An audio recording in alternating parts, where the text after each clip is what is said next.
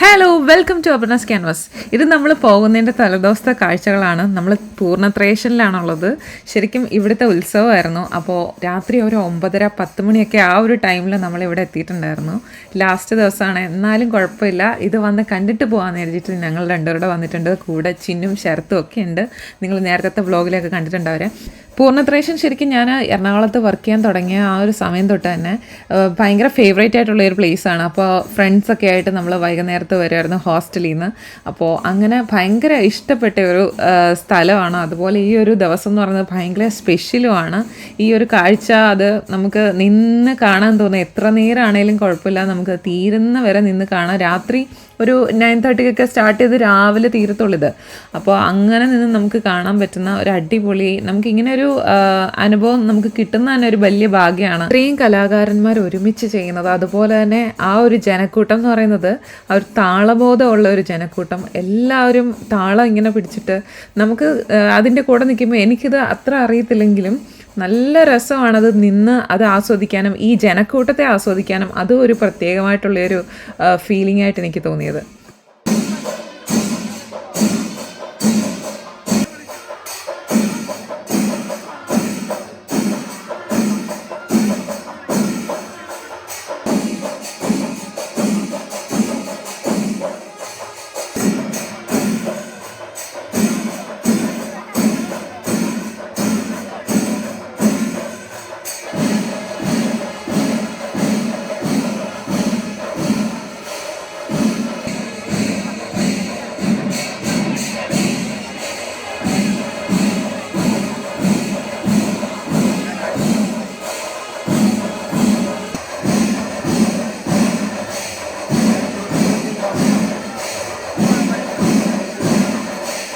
അങ്ങനെ കുറേ നേരം നമ്മൾ അവിടെ സ്പെൻഡ് ചെയ്തിട്ട് പോവുകയാണ്. ഏകദേശം ഒരു 12 മണിയൊക്കെ ആയപ്പോഴത്തേക്ക് നമ്മൾ ഇറങ്ങാമെന്ന് പ്ലാൻ ചെയ്തു. കാരണം പിറ്റേ ദിവസം ഏകദേശം 4:30 ആകുമ്പോഴത്തേക്കാണ് നമ്മുടെ ഫ്ലൈറ്റ് വരുന്നത്. അപ്പോൾ ഒരു 1 മണിയൊക്കെ ആകുമ്പോൾ അവിടെ ഫ്ലൈറ്റ് നമുക്ക് റിപ്പോർട്ട് ചെയ്യേണ്ടതുണ്ട്. അതുകൊണ്ട് കുറച്ച് നേരത്തെ നമ്മൾ എന്തായാലും 12 മണി എന്ന് പറഞ്ഞാൽ തന്നെ കുറച്ച് ലേറ്റാണ്. എനിവേയ്സ് ഇത് കണ്ടിട്ട് തന്നെ പോവാം എന്നുള്ളൊരാഗ്രഹത്തിൽ വന്നിട്ടുള്ളതാണ്. ഒരു 10-20 മിനിറ്റ് ഡ്രൈവ് ചെയ്താൽ മതി അമ്പലത്തിലേക്ക്. അപ്പോൾ ഈ ഒരു കാഴ്ച നിങ്ങൾക്കും ഇഷ്ടപ്പെട്ടു എന്ന് ഞാൻ വിചാരിക്കുന്നു. ഈ ഒരു വർക്കും എനിക്ക് ഭയങ്കരമായിട്ട് ഇഷ്ടപ്പെട്ടു. പുറത്തിറങ്ങി കഴിയുമ്പോൾ ഒരു ഗോപുരം പോലെ അവർ സെറ്റ് ചെയ്തിരുന്നതാണ്. അങ്ങനെ ഫൈനലി നമ്മൾ പോകുന്നതിൻ്റെ പ്രിപ്പറേഷൻസ് ഒക്കെ ഏകദേശം കഴിഞ്ഞു. അങ്ങനെ പോകാൻ റെഡി ആയിട്ട് നിൽക്കുകയാണ്. വീഡിയോസൊക്കെ എനിക്ക് എടുക്കണമെന്നുണ്ടായിരുന്നു, പക്ഷെ ഒന്നിനും ടൈം ഉണ്ടായിരുന്നില്ല. ആകെപ്പാടെ നല്ല തിരക്കായിരുന്നു. ഇപ്പോൾ അമ്മയാണ് അരുണ്ട്. അപ്പോൾ ഭയങ്കര എന്താ പറയുക, വിഷമം നിറഞ്ഞ കുറച്ച് മൊമെൻറ്റ്സ്. എല്ലാവരും പോകാൻ നേരത്തെ ഉള്ള ഒരു മൊമെൻറ്റ് സത്യം പറഞ്ഞാൽ ഒഴിവാക്കണം എങ്ങനെയെങ്കിലും എന്ന് ഞാൻ വിചാരിക്കാം. ബിക്കോസ് അതാണ് ഏറ്റവും ഹാർഡസ്റ്റ് പാട്ടെന്ന് പറയുന്നത്. എപ്പോഴും നമ്മൾ ബൈ പറയുന്നത്, അതും ഇനി ഒരു 1 ഇയർ അല്ലെങ്കിൽ 2 ഇയേഴ്സ് ഒക്കെ കഴിഞ്ഞൊക്കെയല്ല നമ്മൾ കാണുന്നുള്ളൂ എന്നൊക്കെ ഉള്ള ഒരു മൊമെൻറ്റ്സ് എന്ന് പറയുന്നത് ഭയങ്കര ഭീകരമായിട്ടുള്ളൊരവസ്ഥയാണ്.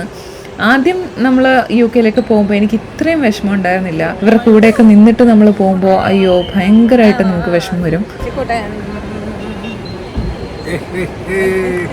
നിന്റെ വീഡിയോയിലെല്ലാം നിന്റെ ചിരിയാ. കഴിഞ്ഞ ഒരു ഷോർട്സിൽ പറഞ്ഞ പോലെ ഇത് അരുണിൻ്റെ ഫ്രണ്ട്സാണ്. അപ്പോൾ ഇവരാണ് അരുണിൻ്റെ എല്ലാം. അപ്പോൾ ഇവരെയും ഒക്കെ ബായ് പറഞ്ഞിട്ടാണ് പോകുന്നത്. അരുൺ ചേട്ടൻ പെട്ടിയൊക്കെ ആയിട്ട് പോവാണോ അരുൺ ചേട്ടാ? ടാറ്റാ.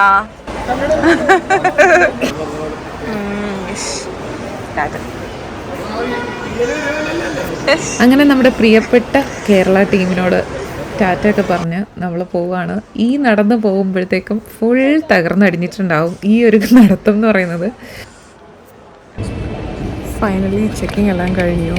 ഇനിയിപ്പോൾ ഗേറ്റ് ഓപ്പൺ ആയിട്ടുണ്ട്. അപ്പോൾ അതിലോട്ട് കയറാൻ പോവാണ്. കുറച്ച് KG ഒക്കെ നമുക്ക് കൂടുതലുണ്ടായിരുന്നു. അപ്പോൾ അതൊന്ന് എടുത്ത് മാറ്റി വെക്കേണ്ടി വന്നു. ബാക്കിയൊക്കെ ഓക്കെ ആയിരുന്നു.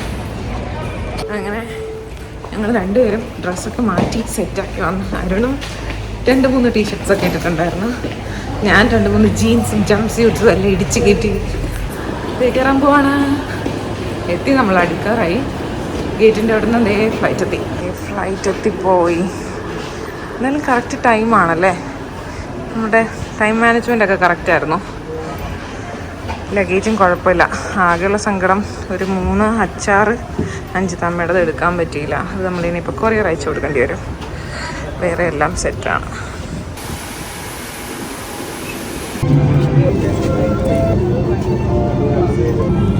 ചങ്കര സങ്കടം വീഡിയോ ഓണായതായിരിക്കട്ടെ അറിയില്ല. ഇനിയൊരു 4-5 മണിക്കൂറിൻ്റെ യാത്രയാണുള്ളത്. ഇനി നമുക്ക് കണക്ഷൻ ഫ്ലൈറ്റ് വരുന്നത് ദോഹയിൽ നിന്നാണ്. അപ്പോൾ ദോഹയിൽ നിന്ന് പിന്നെ ഒരു 7 മണിക്കൂറിൻ്റെ ലേ ഓവർ ഉണ്ട്.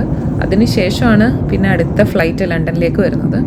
അപ്പോൾ ഈ ഒരു ടൈമൊക്കെ ആയപ്പോഴത്തേക്കും ലാൻഡിങ്ങിൻ്റെ ഒരു സമയം 4 മണിക്കൂറാണ് അവർ പറഞ്ഞിരുന്നെങ്കിൽ ഒരു 5 മണിക്കൂറോളം ആയിട്ടുണ്ട്. അപ്പോൾ ലാൻഡിങ്ങിൻ്റെ ഒരു സമയമൊക്കെ ആയിട്ടുണ്ട്.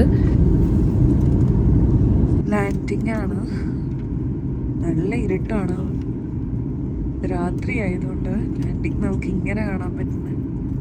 കുറേ നേരമായിട്ട് പക്ഷെ ഒന്നും ഉണ്ടായിരുന്നില്ല. അപ്പം ഞാൻ വിചാരിച്ചു അയ്യോ ഇതെന്താ ഒട്ടും വെളിച്ചില്ല, ലൈറ്റൊന്നും ഇല്ലായിരുന്നു.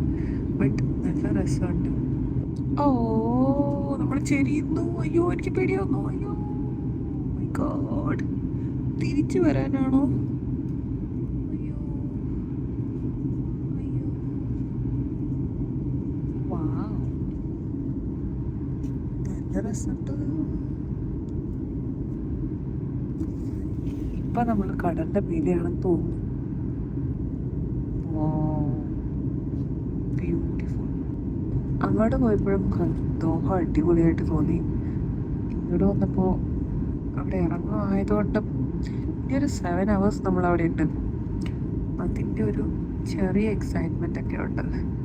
ഒരുപാട് വിഷമിച്ചിരിക്കുകയായതുകൊണ്ട് ഈ ഒരു ഇത് കണ്ടപ്പോഴാണ് ഒരു ആശ്വാസം തോന്നിയത്.